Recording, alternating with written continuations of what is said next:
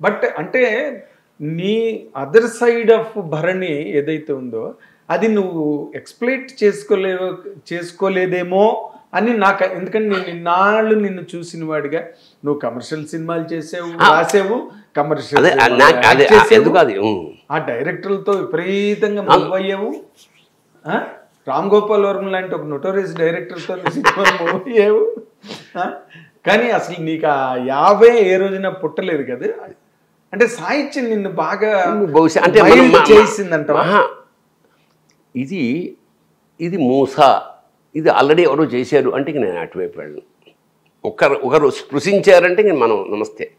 మనం చేసేది ఏదో ఇదేమిట్లా ఇలా చేస్తున్నాడు అర్థం కాకపోయినా సరే అది వాళ్ళు ఎవరికి అర్థం కలగదా సిరా అక్కడ ఎవరు వచ్చే వరకు. బట్ ఈ సినిమాలు ఇది పక్కన పెడితే నువ్వు ఒక సన్గా, ఒక ఫాదర్గా, ఒక హస్బెండ్గా ఈ మూడింటికి నువ్వు న్యాయం చేసేది అనుకుంటావు ఎప్పుడైనా లైఫ్లో? నేను కొంచెం ఫ్యామిలీ మ్యాన్ని. ఎందుకంటే ఇది క్యాన్సేరియన్ అంటారు నా రాశి.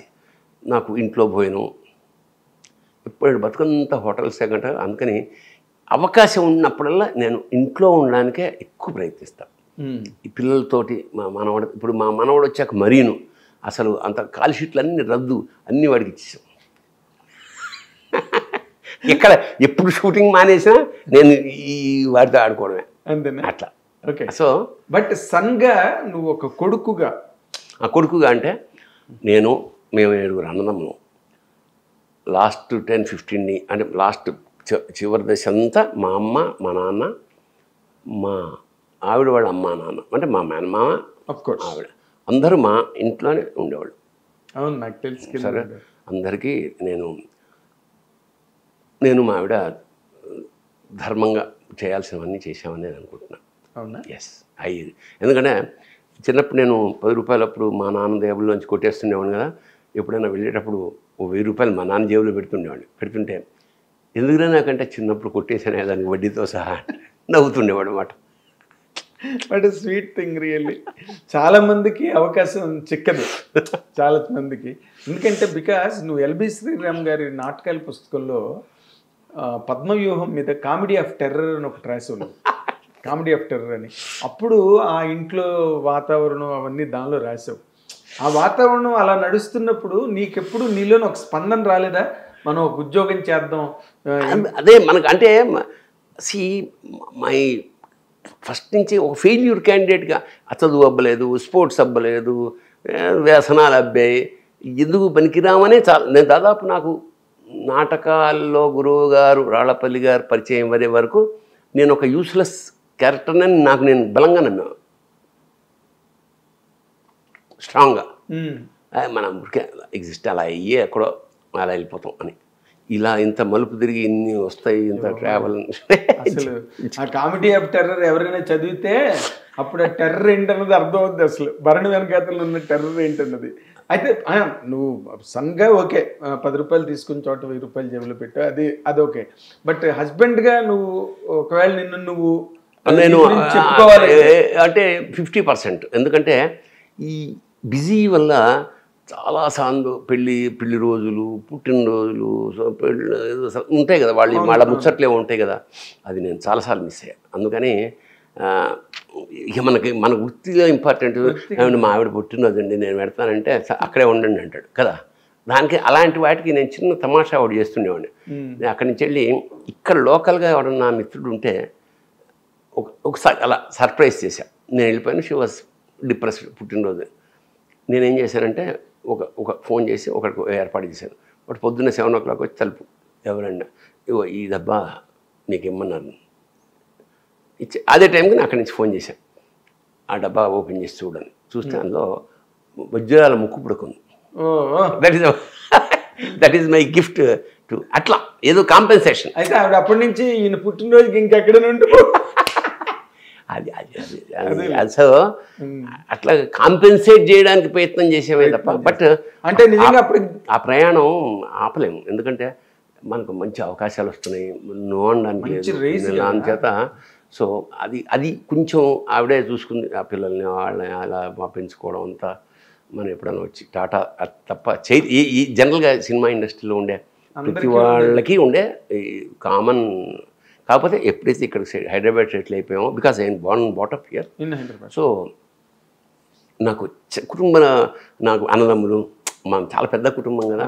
సో మా కుటుంబ సభ్యులు ఇప్పుడు యాస్టిజ్గా 64-65 మంది ఒక కుటుంబం మెంబర్స్, తనికాళ్ళ గ్రూప్స్. అంటే ఎవ్రీడే ఎవరిదో బర్త్డే, ఎవరిదో ఇది ఏదో సమ్ ఫెస్టివల్ డైలీ ఏదో ఎవరిదో జరుగుతూనే ఉంటాయి అన్నమాట. సో నేను ఒకటి చెప్పా కదా, 60 ఏళ్ళ దాకా, 60 ఏళ్ళ తర్వాత నేను అనుకున్న every day, every moment, every achievement is a bonus for 60 ఏళ్ళ తర్వాత. Exactly, of course. ఏదైనా every sunrise is a bonus అన్నాడు ఆఫ్టర్ ఎట్ ఏ స్టేజ్. ఇప్పుడు నార్మల్గా సన్గా చెప్పావు, హస్బెండ్గా చెప్పావు, ఫాదర్గా what is your contribution to the growth of your children? అదే ఫాదర్ కూడా అదే. ఫాదర్గా నేను ఏం చేశానంటే, ఎవరు ఏంది నేను నోట్ చేశాను. జనరల్గా ఈ సినిమా ఇండస్ట్రీలో సెలబ్రిటీస్ పిల్లలు ఉంటారు కదా, వాళ్ళని కూర్చోబెట్టి నేనేం చెప్పానంటే, సుదర్శన్ వీడు ఇంటర్మీడియట్ పాస్ అయిపోయాడు మా అబ్బాయి. సుదర్శన్ నాకు ఆత్మీయ మిత్రుడు, ఆర్టిస్ట్ గుండు సుదర్శన్. కూర్చోబెట్టి, ఒరే ఇప్పుడు నెక్స్ట్ గ్రాడ్యుయేషన్ చేస్తారు. చాలామంది ఏం చేస్తారంటే, వాళ్ళలో ఉన్న కోరిక నేను సినిమా హీరోని అవుతా, లేదా ఎడిటర్ని అవుతా, లేదా డైరెక్టర్ని అవుతా, ఇవి చెప్పకుండా ఈ మొత్తం ఏదో గ్రాడ్యుయేషన్ చేస్తారు, అమెరికాకి వెళ్తారు, ఓ 40 లక్షలు 50 లక్షలు, అప్పుడు తర్వాత వచ్చి నేను యాక్టింగ్ చేస్తానంటాడు.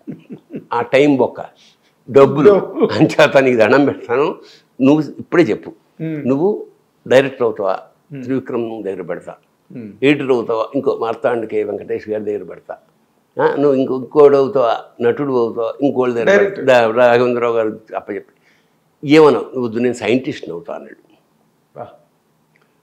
సూపర్ అని చెప్పి అక్కడి నుంచి సైన్స్ పుస్తకాలు ఇక్కడికి వెళ్తే అవుట్డోర్ నుంచి తెచ్చి ఇస్తుండేవాడిని. ఓ రోజు కింద నుంచి పొగలు వచ్చేస్తున్నాయి, కింద చిన్న అవుట్ హౌస్లో ఉంది. ఏంటంటే ఇప్పుడు ఎక్స్పెరిమెంట్స్, నేను సైంటిస్ట్ అయితే అయ్యో వీలోగా కొంప తగలడిపోతుంది అట్లా. సో నేను ముందే చెప్పేసా, ఏమేం కావాలో చేసుకోండి, ఎందుకంటే మాకు అవకాశాలు లేవు. నువ్వు బీకామే చదవాలి, ఎందుకంటే మనకు అదే సీట్ వచ్చిందే, అది ఇంకేమీ రాకపోతే బీకాంలో చేరాం, ఎందుకు లెక్కలు రావాలి అక్కడికి వచ్చినా కూడా. సో అట్లాగా బాటైకుడ్డు. నేను ఒకటి మాత్రం చెప్తాను, మా పిల్లలకి నో అని ఎప్పుడు చెప్పలేదు ఏ విషయంలో. వాళ్ళు ఏది అడిగినా ఫస్ట్ నో అనే చెప్తా, but that will be done. అదే నో అని చెప్పి you will take stock of the thing, ఏంటిది అవసరమా అని. ఓకే, తర్వాత ఇంకా ఎందుకంటే ఇంక ఏం చేస్తాం చెప్పు, డబ్బు అంతే కదా. ఇప్పుడు అమ్మతో నీ అనుబంధం ఎలా ఉండేది? ఆవిడ కూడా చిన్న రచయిత, ఒక పుస్తకం ఆవిడ రాస్తే అవన్నీ సంకలనంగా పిలిచేసి ఇక్కడే కసిరెడ్డి వెంకటరెడ్డి గారి ఆయన దాన్ని దిద్ది ఒక పుస్తకంగా వేశాడు. మా అమ్మ చాలా ఏ తల్లి ఉండే అనుబంధం ఉంటుంది కదా, అది ఉంది. నేను ఒక సాంప్రదాయం, ఎక్కడికి వెళ్ళినా మా అమ్మ కాళ్ళకి దండం పెడితే తప్ప బయటికి వెళ్ళేవాడిని కాదు. అది నేను ఎప్పుడైనా అవార్డు మా అమ్మాయికి ఒంట్లో బాగాలేదనుకో, నేను సైకలాజికల్ గేమ్ అవుట్ పే చేసాను. లాస్ట్ డేస్లో ఒంట్లో బాగాలేదు అని రాగానే, ఏంటోరా నొప్పిగా ఉంది, లేదా బాధగా ఉంది, హాస్పిటల్లో ఇదేనా అంటుందని ముందే ఊహించి వస్తూనే మా అమ్మ కాళ్ళ దగ్గర కూర్చుని, షూటింగ్లో ఇక్కడ దెబ్బ తగిలిందే, కొంచెం బెణికిందంటే ఆవిడ బాధ మర్చిపోయి, అవునా అయ్యో దానికి ఏదైనా రాయిరా, తను మరి మర్చిపోయి, నాకు తెలుసు నేను బాధపడుతున్నానంటే తన బాధ మర్చిపోతుంది, ఏ తల్లినా. సో అట్లా అన్నట్టు నేను వెళ్ళిపోయిన కొన్ని అబద్ధాలు కూడా చెప్పేవాడిని. అన్నవరం వెళ్ళాను, కుదరలేదనుకో, అన్నవరం నీ పేరు అర్థం చేయించంటే పోనీ లేదు, సంతోషం. అబద్ధం పొంగిపోయేవాడు, అబద్ధమే నాకు తెలుసు, బట్ ఆమెను సాటిస్ఫై చేయడానికి అట్లా చాలా అబద్ధాలు ఆడు. అంతేనా?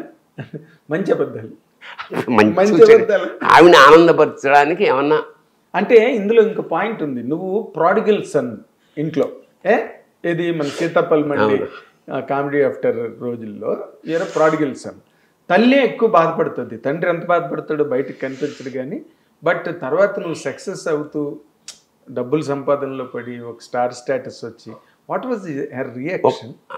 మా అమ్మ ఎప్పుడు నన్ను ఎప్పుడు ముద్దు పెట్టుకునేది, ఏదన్నా కప్పు రాగానే తీసుకొచ్చి మా అమ్మ చేతికి ఆ షీల్డ్ రాగానే ఇచ్చే, ఎప్పుడు చాలా పాపం ఒక ముద్దు ఇక్కడ చేతి మీద ముద్దు.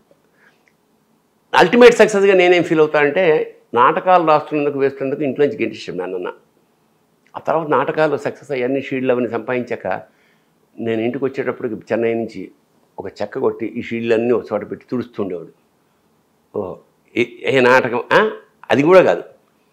ఒకరోజు ఏదో రాస్తున్నాడు, డైరీ రాసే అలవాటు ఉంది మా నాన్నకి. డైరీ ఏమో అనుకున్నా, ఇంత పొడుగ్గా ఉంది అంతసేపు రాస్తున్నాడు అనుకున్నా. అంతా అయ్యాక బుక్ తీసుకొచ్చి ఒకసారి చూడరా ఎలా ఉందో అన్నాడు. చూస్తే నాటకం రాసే ప్రయత్నం చేస్తున్నాడు. నేను నాటకం రాసినాను, నన్ను ఇంట్లోంచి గెంటేసి నువ్వు నాటకాలు మొదలెట్టా. పెద్ద బాలేదు అది, ఆ సంగతి చెప్పలేదు. అర్థమైంది. సో గుడ్ ఏ లైఫ్ రియల్లీ. నువ్వంటే జీవితంలో ఇన్ని పార్శ్యాల నుంచి నువ్వు మళ్ళీ పరిపక్వమైన వ్యక్తిగా అలా నిలబడగలగడం, ఇంతమంది చేత శభాష్ అనిపించుకుని అందరికీ ఆత్మీయుడిగా ఆంతరంగికుడిగా. ఎందుకంటే నాకు తెలుసు రాఘవేంద్ర గారు వాళ్ళు కూర్చుంటే నిన్ను పిలవడం, నువ్వు వెళ్ళి కూర్చుని కబుర్లు చెప్పడం, బాపు గారు రమణ గారు ఇవన్నీ వాతావరణం అంతా నాకు తెలుసు. చక్కగా పుస్తకాల మధ్య పురుగువై ఆనందంగా ఆరుద్ర పురుగువై చూడడానికి కూడా బాగుంటుంది. మా ఆరుద్ర పురుగువై పుస్తకాల మధ్య నిజంగా రియల్లీ నేను నిన్ను ఒక రకంగా చూస్తే నాకు జల్సీగా కూడా ఉంటుంది. అబ్బా ఎన్ని పుస్తకాలు చదివాడు అని, ఇన్ని పుస్తకాలు రాయిగా. అండ్ రియల్లీ మా హిట్ టీవీ తరఫున నీ లైఫ్ జర్నీ ఇంకా చక్కగా అద్భుతంగా మోస్ట్ పోయిటిక్గా ముందుకు నడవాలని and full of drama sir release. ఎంత ఒంటరివాడనయ్యా శివ. మా నాన్నగారు వెళ్ళిపోయినప్పుడు ఒక లైన్ రాసుకున్నాను, ఎన్నో బాంధవ్యాలని కుట్టి సూదిలా జారిపోయాడు నాన్న. ఎన్నో బాంధవ్యాలని కుట్టి సూదిలా జారిపోయాడు నాన్న. ఒక మహాశూన్యం ఆవరించినప్పుడు ఎంత ఒంటరివాడనయ్యా శివ, నేనెంత ఒంటరివాడనయ్యా శివ. గుండె చప్పుడు నాకు వినిపించదు, నా ప్రతిబింబమే నాకు కనిపించదు. ఎంత ఒంటరివాడనయ్యా శివ, నేనెంత ఒంటరివాడనయ్యా శివ.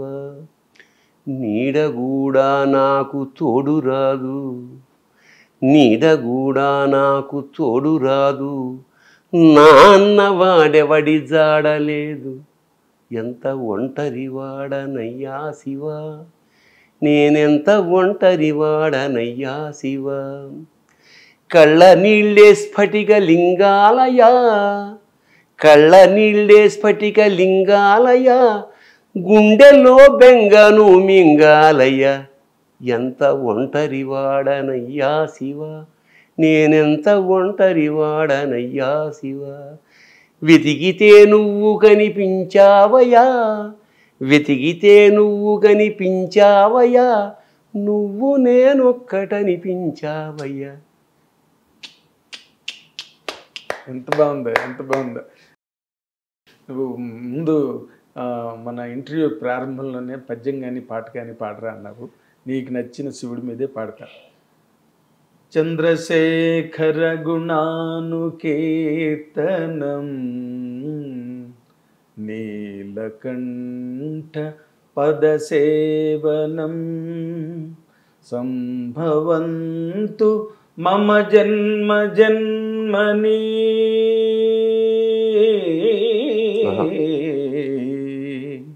సంభవంతు మమ జన్మ జన్మని.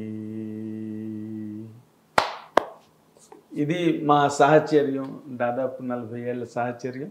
ఆయన కోడంబాకం బ్రిడ్జ్ దగ్గర స్క్రిప్ట్ పట్టుకుని నిలబడిన రోజు దగ్గర నుంచి నాకు తెలుసు. ఆయన విజయ సోపానాలు ఎక్కడ నాకు తెలుసు. అన్నిట్లో నేను కూడా ఒక ప్రత్యక్ష సాక్షిగా ఆయనతో పాటు నేను ప్రయాణం చేశాను. అది నా పూర్వజన్మ సుకృతంగా భావిస్తున్నాను. ఈ ఇంటర్వ్యూని ఇంత బాగా సజావుగా నడవడానికి మా ఇద్దరి మధ్య ఉండే ఆ సాన్నిహిత్యం సాహచర్యం కూడా చాలా ప్రధానమైన కారణం. హిట్ టీవీ యాప్, ఇందులో short news, live news, entertainment shows, movies, digital magazines తో పాటు మీ జిల్లా వార్తలను కూడా ఫ్రీగా చూడొచ్చు.